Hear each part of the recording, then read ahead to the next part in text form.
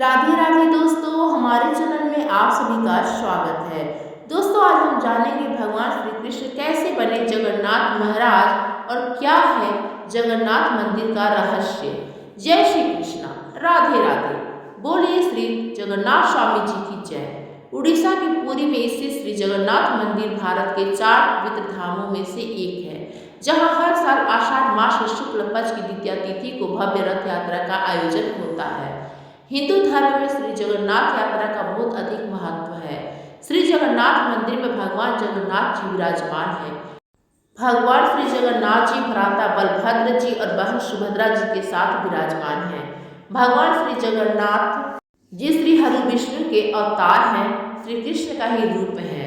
जगन्नाथ जी की मूर्ति में आज भी भगवान श्री कृष्ण जी का हृदय विराजमान है। जगन्नाथ का अर्थ होता है जगत के नाथ। तो आज मैं आपको सुना रही हूँ श्री जगन्नाथ जी की बड़ी ही दुर्लभ कथा। इस कथा को बड़ी श्रद्धा और प्रसन्नचित्त मन से पूरा अवश्य सुनिएगा। इस कथा को सुनने से मनुष्य के सभी पाप और संकट कट जाते हैं तथा समस्त मनोकामनाएं भी पूरी होती हैं। किंतु एक बात का विशेष ध्यान रखिएगा, आधी अधूरी कथा सुनने से पूर्ण फल प्राप्त नहीं होता। तो चलिए भगवान जगन्नाथ जी की कथा का रसपान करते हैं। एक बार भगवान श्री कृष्ण सो रहे थे और निद्रावस्था में उनके मुख से श्री राधा जी का नाम निकला।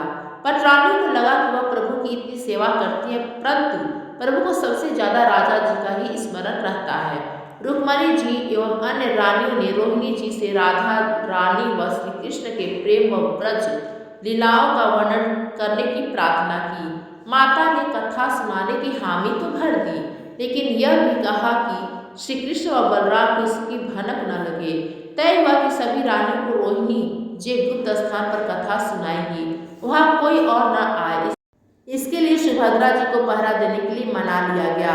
सुभद्रा जी को आदेश दिया गया कि सब श्री कृष्ण एवं बलराम भी आए तो उन्हें भी अंदर न आने देना। माता ने कथा सुनानी आरंभ की और सुभद्रा द्वार पर तैनात थी। थोड़ी देर में श्री कृष्ण एवं बलराम वहां आ पहुंचे तो सुभद्रा ने उन्हें अंदर जाने से रोक लिया। इससे भगवान श्री कृष्ण को कुछ संदेह हुआ और वह बाहर से ही अपनी सूक्ष्म शक्ति द्वारा अंदर की माता द्वारा वर्णित ब्रज लीलाओं को आनंद लेकर सुनने लगे। बलराम जी भी कथा का आनंद लेने लगे। कथा सुनते सुनते श्री कृष्ण बलराम और सुभद्रा के हृदय में ब्रज के प्रति अद्भुत प्रेम भाव उत्पन्न हुआ। उस भाव में उनके पैर हाथ से कूदने लगे जैसे बाल्यकाल में थे। तीनों राधा जी की कथा में ऐसे विभोर हुए कि मूर्ति के समान जड़ प्रतीत होने लगे। बड़े ध्यानपूर्वक देखने पर भी उनके हाथ पैर दिखाई नहीं देते थे। सुदर्शन ने भी द्रवित होकर लंबा रूप धारण कर लिया। उसी समय देव मुनि नारद वहां आ पहुंचे। भगवान के इस रूप को देखकर आश्चर्यचकित हो गए और निहारते रहे। कुछ समय बाद जब तंद्रा भंग हुई तो नारद जी ने प्रणाम करके भगवान श्री कृष्ण से कहा, हे प्रभु, मेरी इच्छा है कि मैंने आपका आज जो रूप देखा है वह रूप आपके भक्त जनों को पृथ्वी लोक पर चिरकाल तक देखने को मिले। आप इस रूप में पृथ्वी पर वास करें। भगवान श्री कृष्ण नारद जी की बात से प्रसन्न हुए। उन्होंने कहा कि ऐसा ही होगा। कली काल में मैं इसी रूप में नीलांचल क्षेत्र में अपना स्वरूप प्रकट करूंगा। कलयुग आगमन के उपरांत प्रभु की प्रेरणा से मालव राज इंद्रध्रुव ने भगवान श्री कृष्ण बलभद्र जी और बहन सुभद्रा जी की ऐसी प्रतिमा जगन्नाथ में स्थापित कराई। राजा इंद्रध्रुव श्रेष्ठ प्रजापालक राजा थे और प्रजा उन्हें बहुत प्रेम करती थी। प्रजा सुखी और संतुष्ट थी। राजा के मन में इच्छा थी कि वह कुछ ऐसा करे जिससे सभी उन्हें स्मरण रखें। देवयोग से इंद्रध्रुव के मन में एक अज्ञात कामना प्रकट हुई कि वह ऐसा मंदिर का निर्माण कराए जैसे दुनिया में कहीं और न हो। इंद्रध्रुव विचारने लगे कि आखिर उनके मंदिर में किस देवता की मूर्ति स्थापित करे। राजा के मन में यही इच्छा और चिंतन चलने लगा। एक रात इसी पर गंभीर चिंतन करते सो गए। नींद में राजा ने एक सपना देखा और सपने में उन्हें एक देववाणी सुनाई पड़ी। इंद्रध्रुव ने सुना, राजा तुम पहले नए मंदिर का निर्माण आरंभ करो, मूर्ति विग्रह की चिंता छोड़ दो, उचित समय आने पर तुम्हें स्वयं राह दिखाई पड़ेगी। राजा नींद से जाग उठे और सुबह होते ही उन्होंने अपने मंत्रियों को सपने की बात बताई। राजपुरोहितों के सुझाव पर शुभ मुहूर्त में पूर्वी समुद्र तट पर एक विशाल मंदिर के निर्माण का निश्चय हुआ। वैदिक मंत्रोच्चार के साथ मंदिर निर्माण का श्री गणेश हुआ। राजा इंद्रद्युम्न के मंदिर बनवाने की सूचना शिल्पियों और कारीगरों को हुई तो सभी इसमें योगदान देने पहुंचे। दिन रात मंदिर के निर्माण में जुट गए। कुछ ही वर्षों में मंदिर बनकर तैयार हुआ। सागर तट पर एक विशाल मंदिर का निर्माण हो तो गया, परंतु मंदिर के भीतर भगवान की मूर्ति की समस्या जस की तस थी। राजा फिर से चिंतित होने लगे। एक दिन मंदिर के गर्भगृह में बैठकर इसी चिंतन में बैठे राजा की आंखों से आंसू निकल आए। राजा ने भगवान से विनती की, प्रभु आखिर किस स्वरूप को इस मंदिर में स्थापित करूं? इसकी चिंता से व्यग्र हूँ, मार्ग दिखाइए। आपने सौपर में जो संकेत दिया था उसे पूरा होने का समय कब आएगा? देव विग्रह विहीन मंदिर देख सभी मुझ पर हंसेंगे। राजा की आंखों से आंसू झर रहे थे और वह प्रभु से प्रार्थना करते जा रहे थे, प्रभु आपके आशीर्वाद से मेरा बड़ा सम्मान है। प्रजा समझेगी कि मैंने झूठ मूठ में सौपर में आपके आदेश की बात कहकर इतना बड़ा भ्रम फैलाया है। हे प्रभु मार्ग दिखाइए। राजा दुखी मन से अपने महल में चले गए। उस रात को राजा ने फिर एक सपना देखा। सपने में उन्हें देववाणी सुनाई दी, राजन यह निकट में ही भगवान श्री कृष्ण का विग्रह रूप है। तुम मुझे खोजने का प्रयास करो, तुम्हें दर्शन मिलेंगे। इंद्रद्युम्न ने सौपन की बात पुनः पुरोहित और मंत्रियों को बताई। सभी इस निष्कर्ष पर पहुंचे कि प्रभु की कृपा सहज प्राप्त नहीं होगी। उसके लिए हमें निर्मल मन से परिश्रम आरंभ करना होगा। भगवान के विग्रह का पता लगाने की जिम्मेदारी राजा इंद्रद्युम्न ने 4 विद्वान पंडितों को सौंप दिया। प्रभु इच्छा से प्रेरित होकर चारों विद्वान 4 दिशा में निकले। उन चारों में एक विद्वान थे विद्यापति। वह चारों में से सबसे कम उम्र के थे। प्रभु के विग्रह की खोज के दौरान उनके साथ बहुत सी अलौकिक घटनाएं हुई। पंडित विद्यापति पूर्व दिशा की ओर चले। कुछ आगे चलने पर विद्यापति उत्तर की ओर मुड़े तो उन्हें एक जंगल दिखाई दिया। वन भयावह था। विद्यापति भगवान श्री कृष्ण के उपासक थे। उन्होंने भगवान श्री कृष्ण का स्मरण किया और राह दिखाने की प्रार्थना की। भगवान श्री कृष्ण की प्रेरणा से उन्हें राह दिखने लगी। प्रभु का नाम लेते वह वन में चले जा रहे थे। जंगल के मध्य उन्हें एक पर्वत दिखाई दिया। पर्वत के वृक्षों से संगीत की ध्वनि सा सुरम्य गीत सुनाई पड़ा। विद्यापति संगीत के जानकार थे। उन्हें वहां मृदंग, बंसी और करताल की मिश्रित ध्वनि सुनाई दे रही थी। यह संगीत उन्हें दिव्य लगा। संगीत की लहरियों को खोजते विद्यापति आगे बढ़ चले। वह जल्दी ही पहाड़ी की चोटी पर पहुंच गए। पहाड़ की दूसरी ओर उन्हें एक सुंदर घाटी दिखी जहां भील नृत्य कर रहे थे। विद्यापति इस दृश्य को देखकर मंत्रमुग्ध थे। सफर के कारण थके थे, पर संगीत से थकान मिट गई और उन्हें नींद आने लगी। अचानक एक बाघ की गर्जना सुनकर विद्यापति घबरा उठे। बाघ उनकी तरफ दौड़ता आ रहा था। बाघ को देखकर विद्यापति घबरा गए और बेहोश होकर गिर पड़े। बाघ विद्यापति पर आक्रमण करने ही वाला था कि तभी एक स्त्री ने बाघ को पुकारा। उस आवाज को सुनकर बाघ मौन खड़ा हो गया। स्त्री ने उसे लौटने का आदेश दिया तो बाघ लौट पड़ा। बाघ उस स्त्री के पैरों के पास ऐसे लौटने लगा जैसे कोई बिल्ली पुचकार सुनकर खेलने लगती है। युवती बाघ की पीठ को प्यार से थपथपाने लगी और बाघ स्नेह से लौटता रहा। वह स्त्री वहां मौजूद स्त्रियों से सर्वाधिक सुंदर थी। वह भील के राजा विश्वावसु की इकलौती पुत्री ललिता थी। ललिता ने अपनी सेविकाओं को अचिंत विद्यापति की देखभाल के लिए भेजा। सेविकाओं ने झरने से जल लेकर विद्यापति पर छिड़का। कुछ देर बाद विद्यापति की चेतना लौटी। उन्हें जल पिलाया गया। विद्यापति ये सब देखकर बहुत आश्चर्य में थे। ललिता विद्यापति के पास आए और पूछा, आप कौन हैं और भयानक जानवरों से भरे इस वन में आप कैसे पहुंचे?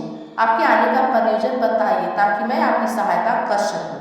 विद्यापति के मन से बाघ का भय पूरी तरह नहीं गया था। ललिता ने यह बात भांप ली और उन्हें सांत्वना देते हुए कहा, आप मेरे साथ चलें। जब आप स्वस्थ हो तब अपने लक्ष्य की ओर प्रस्थान करें। विद्यापति ललिता के पीछे पीछे उनकी बस्ती की तरफ चल दिए। वहां जाकर विद्यापति भीलों के राजा विश्वावसु से मिले। उन्हें अपना परिचय दिया। विश्वावसु विद्यापति जैसे विद्वान से मिलकर बड़े प्रसन्न हुए। विश्वावसु से अनुरोध पर विद्यापति कुछ दिन वहां अतिथि बनकर रुके। वह भीलों को धर्म और ज्ञान का उपदेश देने लगे। उनके उपदेशों को विश्वावसु तथा ललिता बड़ी रुचि के साथ सुनते थे। ललिता के मन में विद्यापति के लिए अनुराग पैदा हो गया। विद्यापति ने भी भाव लिया कि ललिता जैसी सुंदरी को उनसे प्रेम हो गया है, किंतु विद्यापति एक बड़े कार्य के लिए निकले थे। अचानक एक दिन विद्यापति बीमार हो गए। ललिता ने उनकी सेवा की। इससे विद्यापति के मन में भी ललिता के प्रति प्रेम का भाव पैदा हो गया। विश्वावसु ने प्रस्ताव रखा कि विद्यापति ललिता से विवाह कर ले, तो विद्यापति ने इसे स्वीकार कर लिया। कुछ दिन दोनों के सुखमय बीते। ललिता से विवाह करके विद्यापति प्रसन्न तो था, पर जिस महत्वपूर्ण कार्य के लिए वह आए थे वह अभी तक अधूरा था। यह चिंता उन्हें बार बार सताती थी।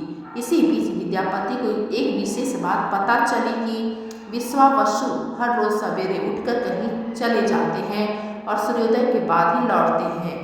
कितनी भी विकट स्थिति हो, उसका यह नियम कभी नहीं टूटता था। विश्वावसु के इस व्रत पर विद्यापति को आश्चर्य हुआ। उनके मन में इस रहस्य को जानने की इच्छा हो कि आखिर विश्वावसु जाता कहाँ है। एक दिन विद्यापति ने ललिता से इस संबंध में पूछा, तो ललिता यह सुनकर सहम गई।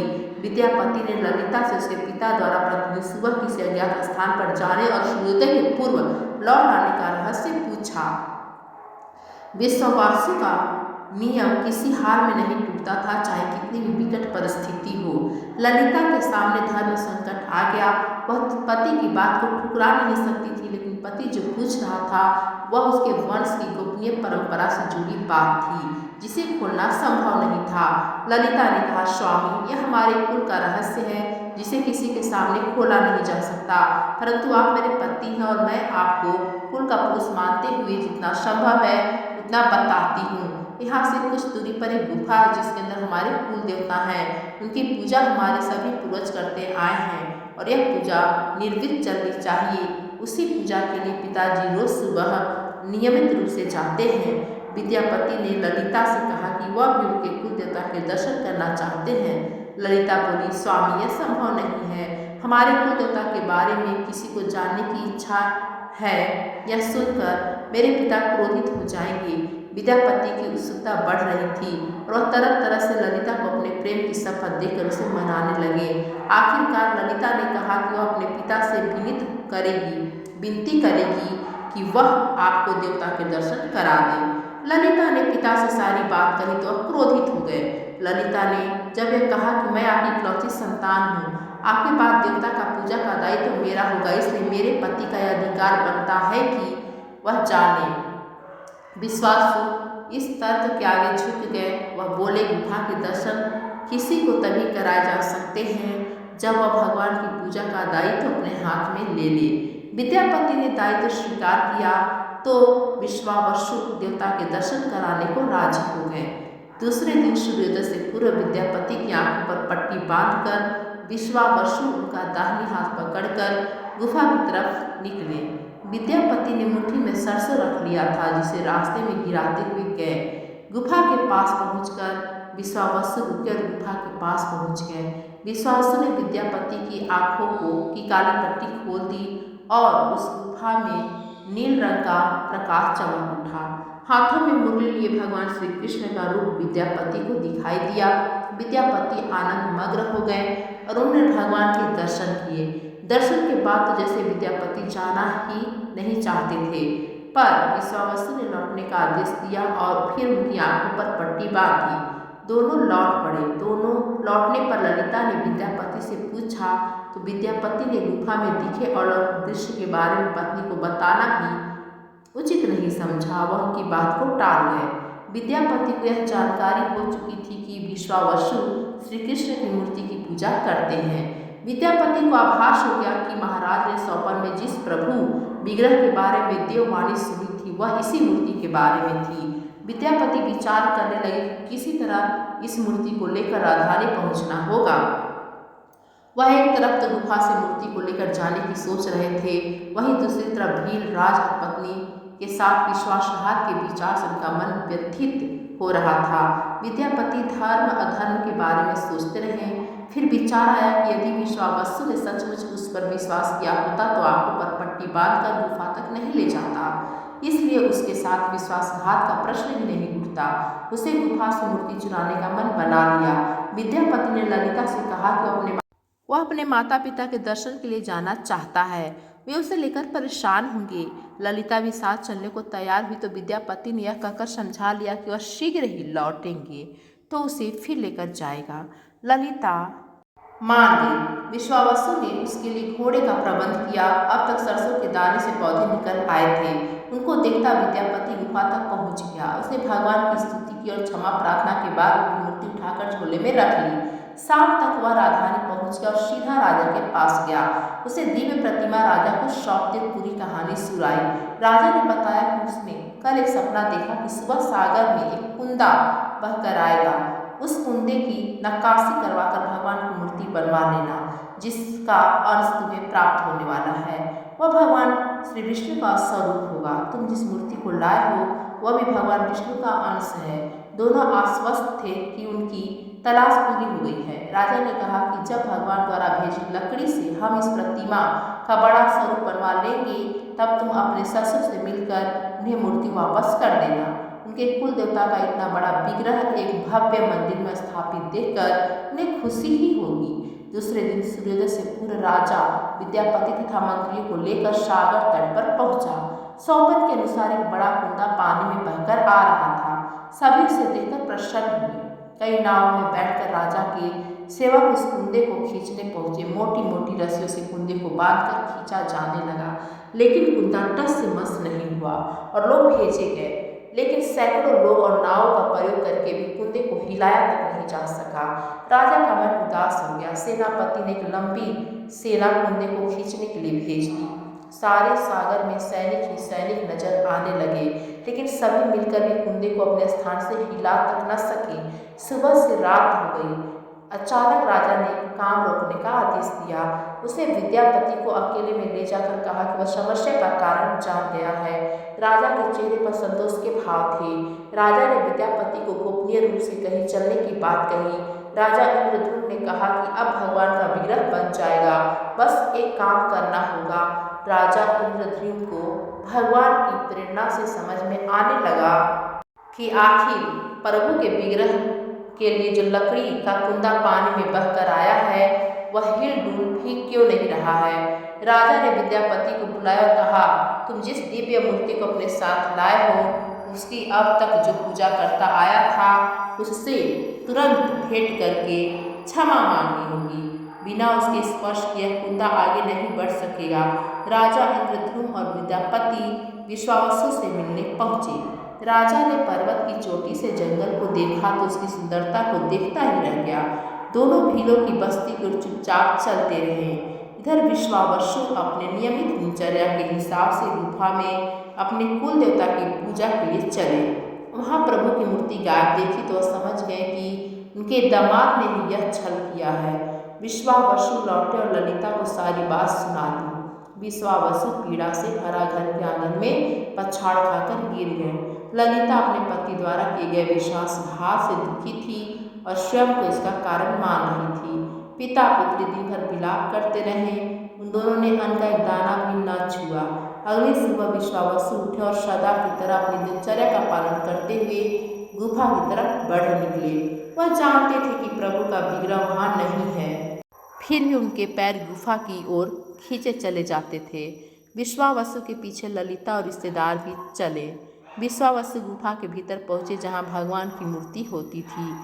उस चट्टान के पास हाथ जोड़कर खड़े रहे, फिर उस ऊंची चट्टान पर गिर गए और बिलख बिलख कर रोने लगे। उनके पीछे प्रजा भी रो रही थी।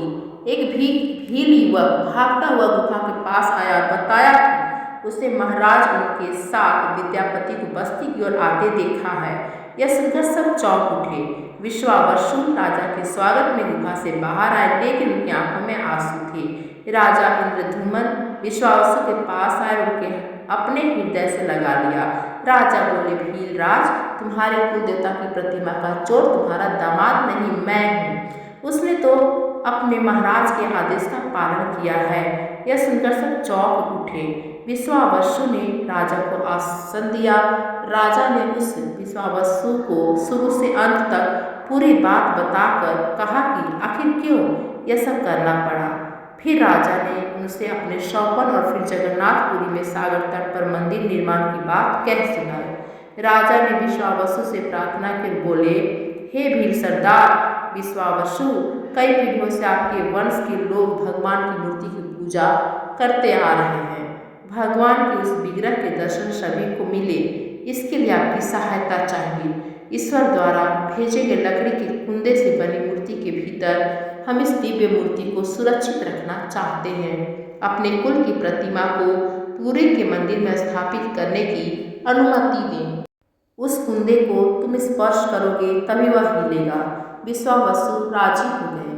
राजा सब परिवार विश्वावसु को लेकर सागर तट पर पहुंचे। विश्वावसु ने कुंदे को छुआ तो छूते ही कुंदा अपने आप तैरता हुआ किनारे आ लगा।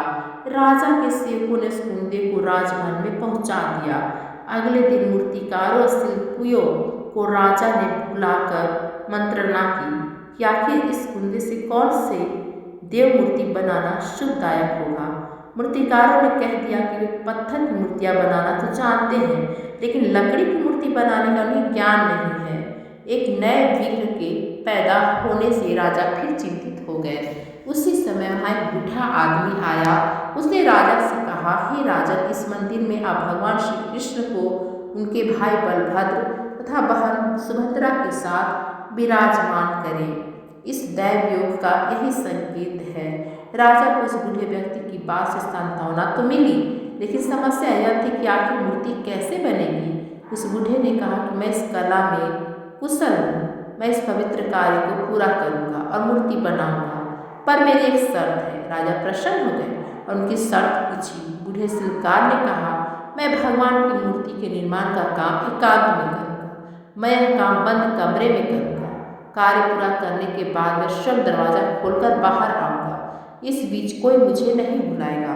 राजा सहमत तो थे, लेकिन उन्हें चिंता हुई और बोले, यदि कोई आपसे पास नहीं आएगा तो ऐसी हालत में आपके खाने पीने की व्यवस्था कैसे होगी। शिल्पी ने कहा, जब तक मेरा काम पूर्ण नहीं होता मैं कुछ खाता पीता नहीं हूँ। राजमंत्री के विशाल कक्ष में उस बूढ़े शिल्पी ने स्वयं को 21 दिन के लिए बंद कर दिया और काम शुरू कर दिया। भीतर से आवाजें आती थी। महारानी गुंडीचा देवी दरवाजे से कान लगाकर अक्सर छेनी हथौड़े के चलने की आवाजें सुना करती थी। महारानी रोज इस तरह कमरे के दरवाजे से कान लगाए खड़ी थी। 15 दिन बीते थे कि उन्हें कमरे से आवाज़ सुनाई पड़नी बंद हो गई। जब मूर्तिकार के काम करने की कोई आवाज़ नहीं सुनाई पड़ी तो रानी चिंतित हो गई। उन्हें लगा कि वृद्ध आदमी है, खाता पीता भी नहीं, कहीं उसके साथ कुछ अनिष्ट न हो गया हो। व्याकुल होकर रानी ने दरवाजे को धक्का देकर खोला और भीतर झांक कर देखा। महारानी गुंडीचा देवी ने इस तरह मूर्तिकार को दिया हुआ वचन भंग कर दिया था। मूर्तिकार अपनी मूर्तियां बना रहा था, परंतु रानी को देखते ही वह दृश्य हो गया। मूर्ति निर्माण का कार्य अब तक पूरा नहीं हुआ था। हाथ पैर का निर्माण पूर्ण नहीं हुआ था। वृद्ध शिल्पकार के रूप में स्वयं देवताओं के शिल्पी भगवान विश्वकर्मा आए थे। उनके अदृश्य होते ही मूर्तियां अधूरी ही रह गई। इसी कारण आज भी मूर्तियां वैसी ही हैं। उन प्रतिमाओं को ही मंदिर में स्थापित कराया गया। कहते हैं विश्वावसु संभवतः उस जरा बहेलिये का वंशज था जिसने अनजाने में भगवान कृष्ण की हत्या कर दी थी। विश्वावसु शायद भगवान श्री कृष्ण के पवित्र अवशेषों की पूजा करता था। ये अवशेष मूर्तियों में छिपा कर रखे गए थे। विद्यापति और ललिता के वंशज जिन्हें दैत्यपति कहते हैं, उनका परिवार यहाँ अब तक पूजा करता है। तो दोस्तों, आप सभी को यह जानकारी कैसी लगी हमें कमेंट्स करके जरूर बताएं। धन्यवाद फ्रेंड्स।